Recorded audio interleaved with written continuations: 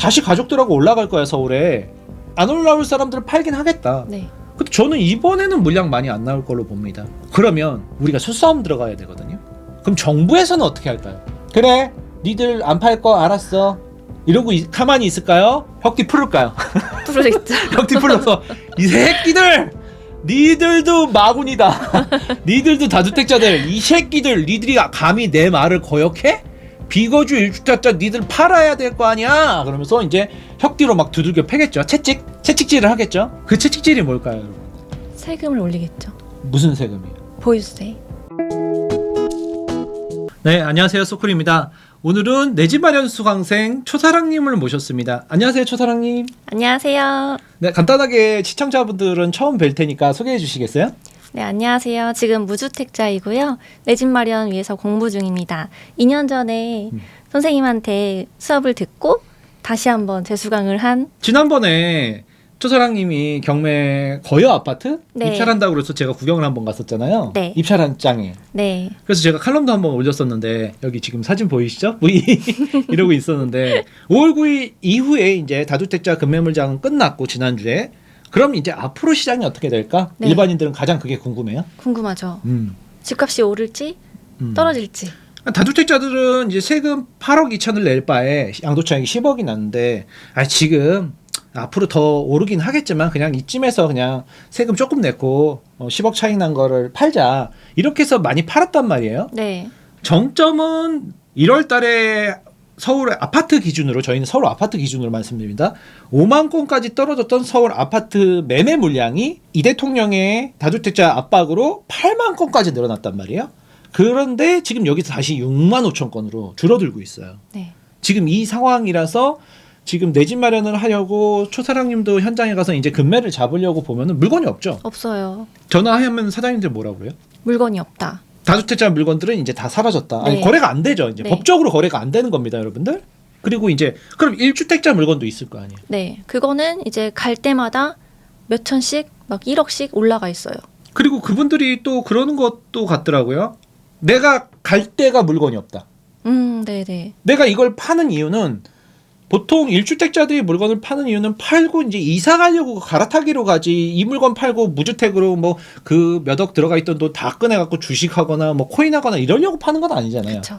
갈아타거나 아니면 간혹 나이 드신 분들이 70대 80대 분들이 이제 지방으로 은퇴해서 서울에서 이제 평생 살다가 애들 다 출가시키고 자기 서울에 있는 아파트 팔아서 애들 전세거리 좀 해주고 네. 그리고 자기는 고향으로 지방으로 내려가시는 분들 이런 분들이 많이 팔아서 저도 이제 초사랑님처럼 이제 상담을 하잖아요. 초사랑님만 하는 게 아니라 수강생들 우리 비공개 카페만 1600명인데 그리고 예전에 월급쟁이 부자들에서도 저한테 배운 친구들이 지금도 이메일이 와요. 그럼 제가 답변을 해드리거든요.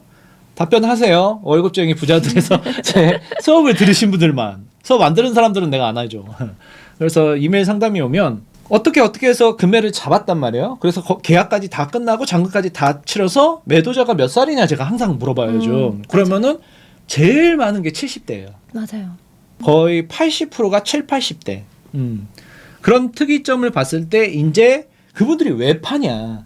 다주택자에서 파는 경우도 있지만 서울 아파트 기준입니다, 여러분들. 특히 강남 3구 기준입니다. 이분들이 파는 이유는 양도 차익이 많은데 이제 보유세를 올린대잖아. 종합부동산세, 재산세. 네. 그리고 공시지가도 지금 평균 20%가 폭등했잖아요, 서울이. 네. 그래서 팔았단 말이에요. 근데 이제 5월 9일이 지났으니까 세금이 이제 왕창 늘어나서 다주택자들을 못 판단 말이에요. 네. 거기까지 이제 이해가 되잖아요. 그럼 결국에는 남은 건 1주택자니까 이 1주택자들을 이제 팔게 만들어야 되잖아, 정부에서는. 그래서 지금 이번 주에 지금 보도자료를 국토부에서 발표를 했어요. 현재 임대 중인 주택에만 실거주 유예를 적용하여 갭투자 불허 원칙 견지. 26년 12월 31일 신청분까지 한시적 운영. 무주택 실수자 기회는 확대. 네, 그러니까 올해 말까지 토지를 구청에다가 담당 구청에다 신청한 사람까지만 그 전세 끼고 팔 수 있고 살 수 있다는 거죠. 네. 주택을 거래할 경우 임대차 계약 종료일까지 매수자의 입주를 유예하는 대상을 비거주 1주택을 포함한 세입자 있는 주택 전체로 확대한다고 밝혔다. 네, 이게 그러니까는 임대차 계약이 그러니까 전세 세입자가 들어가 있는 거잖아요. 들어가 있는 거를 이제 야 나가라 팔 거니까 이렇게 얘기할 수 없으니 이 세입자가 있는 상태에서 그 세입자가 만기 최장 2년이겠죠? 이번에 산 집주인이 무주택자만 가능하니까 사고 나서 이제 이 사람이 세입자가 나갈 때 바로 들어가야 되거든요. 근데 기존에 있던 세입자가 최장 지금 5월에 계약을 했어도 2년 뒤인 28년도 5월까지만 세입자가 최대 지금 들어갔어도 이제 2년만 살고 그 다음에 계약갱 신청은 안 되고 이제 매수한 새로 바뀐 집주인이 이제 들어가야 되는 거죠. 네. 그럼 기존 실거주 의무는 토지 실거주 의무는 뭐였나요? 기존 실거주 의무는 토지 거래 허가 이후 4개월 내에 입주하여 2년간 거주가 필요했어요. 그러니까 토지를 받고 구청에서 약정서를 우리가 먼저 들어가잖아요. 쓰고 들어가고 약정서가 통과됐다. 그러면 그걸 가지고 계약을 본계약서를 쓰잖아요. 우리가 네. 쓰고 이제 4개월 뒤에 잔금. 4개월이 넘어가면 안 돼. 네. 왜냐하면 토지가 4개월밖에 안 줘. 네. 그러니까 잔금이 토지에 나오고 4개월이어야 되는 거예요. 그러니까는 이 토지에 나왔을 때 계약서를 쓰고 4개월 내에 잔금 치르고 전입하고 입주까지 네. 하고 2년을 실거주를 해야 돼요. 네. 이게 지금 우리나라 서울 전 지역과 경기도 핵심 12곳의 법입니다. 아울러 갈아타기 목적의 실거주 유예를 방지하고 무주택 실수요자의 기회를 확대하기 위해 실거주 유예를 받을 수 있는 매수자 요건은 발표일로부터 계속 무주택을 유지한 자로 한정하여 운영할 예정이다. 아 이게 뭔가요? 이 부분이 전 진짜 이상한데요. 이번에 발표에서 발표일 그러니까는 화요일 5월 12일 날 발표일부터 지금까지 무주택이었었어야 돼요. 그럼 이게 뭘 거절하기 위해서 이런 문장을 만들었냐면 지금 1주택이야. 그럼 나 이번에 1주택을 팔고 전세 끼고 서울에 하나 사놔야겠다. 나는 잠깐 월세 살고 하는 사람은 안 되는 안 거예요. 돼요. 발표일 화요일서부터 무주택이 그 순간 무주택이었었어야 되는 네. 거야. 1주택자인 분들은 이게 무슨 소리야? 왜 내가 안 된다는 거야? 그러니까 이게 뭐냐면은 전세 낀 거를 못 산다는 거지. 전세 안 끼고 실거주로 살고 있던 집을 사는 건 괜찮지. 네. 그 사람도. 근데 이거는 전세 끼고 못 산다는 거잖아요, 지금. 네. 그러니까 실거주 유예가 안 된다는 거잖아요, 이 사람들이. 네. 아, 이게 진짜 무슨 소리인지 저는 좀 황당한데요. 국토교통부 김윤덕 장관은 이번 실거주 유예 확대는 갭투자 불허 원칙을 유지하면서 시행되는 것이며 매도자 간 형평성 문제가 해소되는 것은 물론 세입자가 있어 매도를 고민하던 매도자들도 보다 적극적으로 매도에 나설 수 있을 것으로 기대된다고 밝혔다. 이어 앞으로도 정부는 이와 같이 투기 수요를 차단하고 실수요 거래 중심으로 주택 시장을 개선해 나가는 한편 부동산 시장 안정을 위한 서울 수도권의 주택 공급 확대도 차질 없이 이행해 나갈 계획이라고 덧붙였다. 그러니까 투기 수요를 차단하고 싶다는 거잖아요. 근데 1주택자가 그 물건을 팔고 무주택이 돼서 다시 사는 게 투기인가? 아니요. 근데 여기선 지금 투기로 그런 투기 수요를 차단한다는 거잖아요. 아, 전세 끼고 사니까 투기라고? 그럼 무주택자는 지금 소사랑님 같은 경우 무주택자니까 전세 끼고 네. 지금 살 수 있단 말이에요? 네. 근데 같은 무주택자잖아. 희한하네요. 어쨌든 왜 그런지는 이따가 한번 제가 정리를 한번 해드릴게요. 네. 이게 정부의 노림수가 있습니다, 여러분들. 여러분들 수싸움을 잘해야 됩니다. 그리고 또 질의응답도 있었어요. 지난 2월 12일 대상인 양도세 중과 유예 종료 다주택자도 이번 조치 대상에 포함되는지 양도세 중과 유예 기간이 연장되는 것인지 다주택자들도 이번에 팔 수 있냐? 팔 수 있죠. 팔 수 있는데 양도세 중과 유예 기간이 연장되는지 그건 안 된다는 거죠. 지난 2월 12일 양도세 중과 유예 종료 다주택자도 이번 조치 대상에 포함되며 구체적인 실거주 유예 요건도 동일하게 적용됩니다. 양도세 중과 유예는 5월 9일까지 토지거래 허가 신청분까지만으로 한정되며 5월 10일부터는 토지거래 허가를 받더라도 양도세는 중과됩니다. 그러니까 3주택자 이상 최대 82% 세금은 내코 팔아라. 왜냐면 다주택자도 지금 토제 때문에 이제부터는 못 파는 거였거든요. 그렇잖아요. 네. 근데 팔 수는 있어.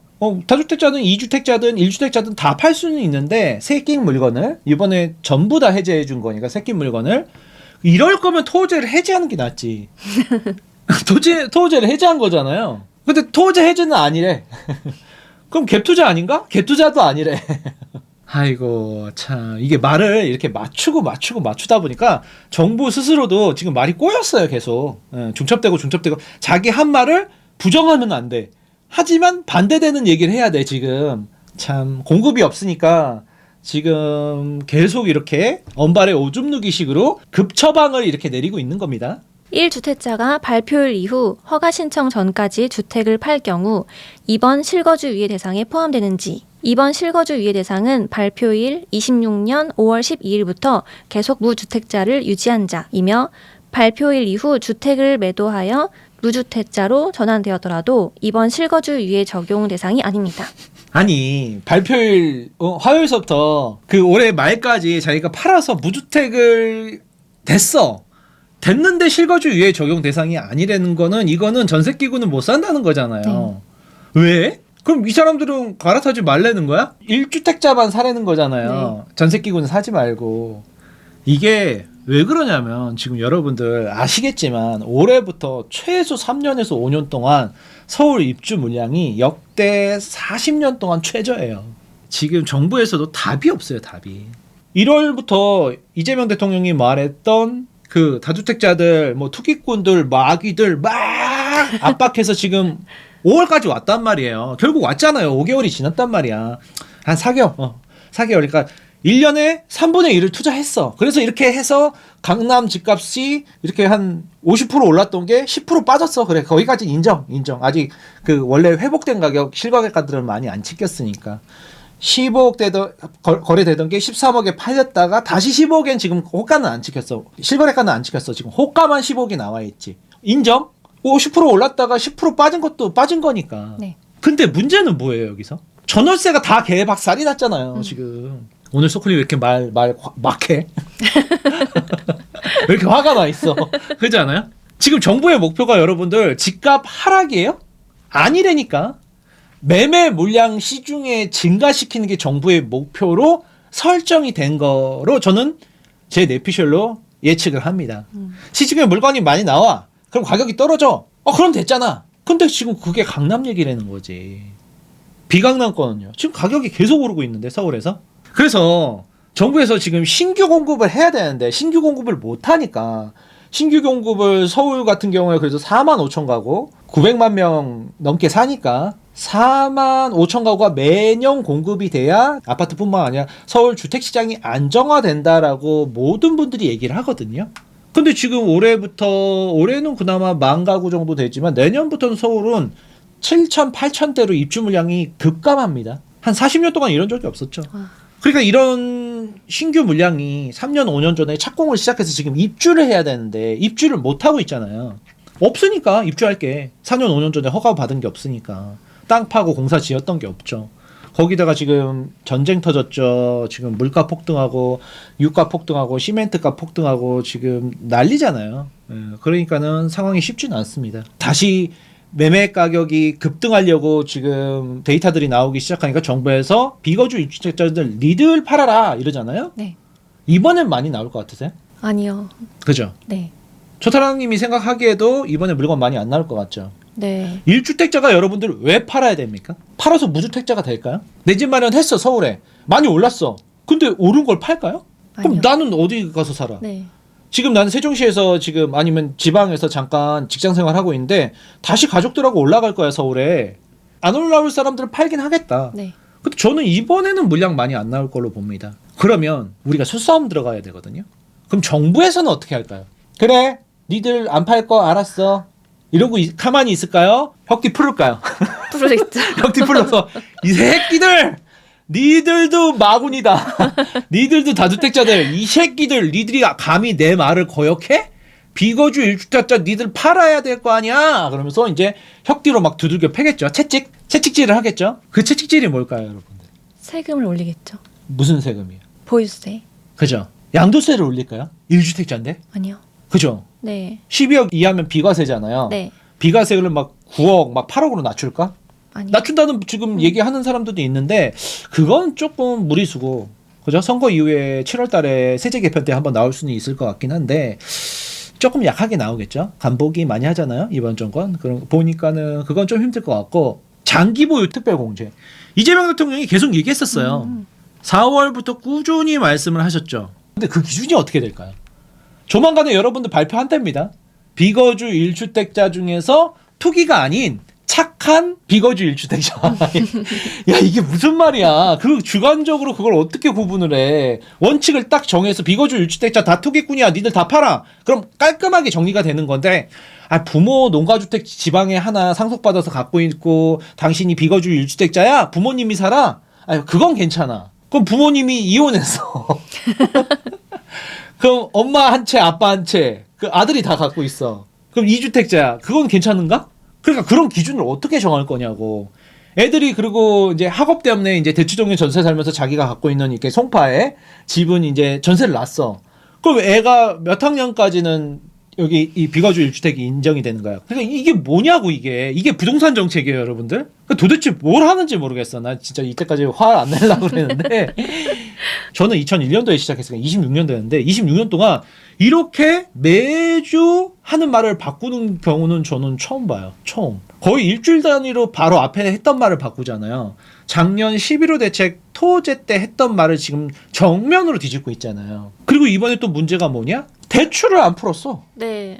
제가 그때 그랬잖아요. 5월 9일까지 이 무주택자분들이 다주택자 물건 사면은 나중에 전세 끼고 샀다가 세입자가 입주할 때 생활안전자금 대출 1억밖에 안 된다. 네. 세입자가 이제 나중에 나가고 나서 저 6억 대출 되는데 아니야. 잔금 치르고 3개월 넘어가면 그 다음부터는 주담대가 아니라 생활안전자금 대출로 넘어가요. 네. 그래서 전세 끼고 살 수가 없는 거야. 네. 그죠? 네. 지금 전세 끼고 살 수 있잖아요. 이번 대책으로.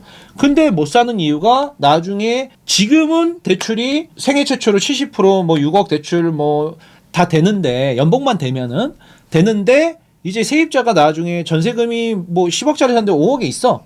그럼 생활안전자금 대출 1억밖에 안 돼요. 3개월 뒤서부터는 잔금 치르고. 그러면 이 4억을 어디서 구할 거야? 그러니까 더 힘들어져요. 무주택자들한테만이라도 이번에 대출을 풀어줬어야 되거든요. 근데 5월 9일날 다주택자 양도세 중과 유예 종료 물건 안 풀어줬잖아요. 이것도 여러분들 안 풀어줄 겁니다. 그리고 제가 이 자리에서 몇 번 말씀드렸는데 하반기 되면 선거 끝나면 대출 더 힘들어질 겁니다. 앞으로 어떻게 될 거냐고요? 벌써 왜 머리 쥐어짜고 있어. 앞으로 어떻게 될 거냐고 여러분들? 제가 자신 있게 말씀을 드릴 수 있는데 지금보다 대출 훨씬 힘들어집니다. 이게 문재인 정부 때도 2018년도에 다주택자 중과 유예를 한 다음에 그 다음에 잠깐 여기서 여러분들 어떻게 되는지 제가 한번 감히 예측해 볼게요. 2달 정도 소강 상태에 있을 겁니다. 지금부터. 그 다음에 2달 뒤에 어떻게 될까요? 그대로 급등합니다. 지금 상황에서. 작년 올 초까지 1월까지 보여줬던 상승보다 더 큰 상승이 일어날 겁니다. 특히 비강남권에서. 강남은 많이 올랐잖아요. 여러분들 강남 끝났습니다. 이제 비강남권의 시대고 비강남이 여름부터 달립니다. 지금도 달리고 있는데요.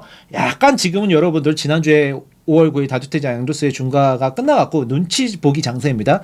지금 움직이셔야 돼요. 지금 움직이셔야 돼요. 근데 여름부터 7월 8월부터는 비강남이 폭등을 하면 그 다음에 무슨 대책이 나올까요? 대출 15억 이상 전면 중단이 문재인 정권 때 나왔습니다. 여러분들. 지금은 문재인 정권 시즌2입니다. 더 강력한 게 나오겠죠. 대출 10억 이상 중단. 매매가 10억 이상 대출 전면 중단. 그러면 지금 내 집 마련 더 힘들어집니다. 여러분들. 빨리 움직이셔야 될 것 같고요. 작년 97 대책 공급 뭐 135만 원요? 기억나세요? 1월 29일 날 올해 불과 4개월 전이죠. 4개월도 안 됐죠. 네. 3개월 반 전에 했던 129 공급 대책.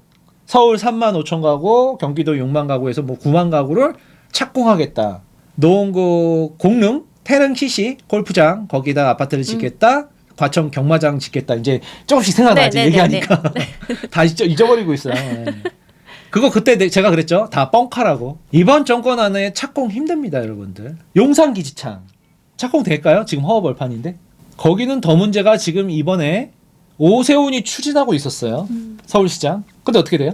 6월 초에 오세훈이 서울시장 정권을 유지를 할까요? 재선에 성공해서? 확률 낮죠, 여러분들? 그럼 용산 기지창 제대로 진행될까요? 안 되겠죠. 여러분들, 제가 그때도 계속 얘기했습니다. 기억나시려나? 129 대책 얘기하면서 이거 다 뻥카다. 여러분들, 정무적인 판단에서 하는 립서브를 이해하셔야 됩니다. 이번 정권의 공약 기억나시나요? 세금 규제 안 하겠다? 공급은 확대하겠다. 정반대로 하고 있죠, 여러분들. 판단은 여러분들한테 맡기겠습니다. 오늘 여기까지 할까요? 네. 네. 감사합니다. 감사합니다.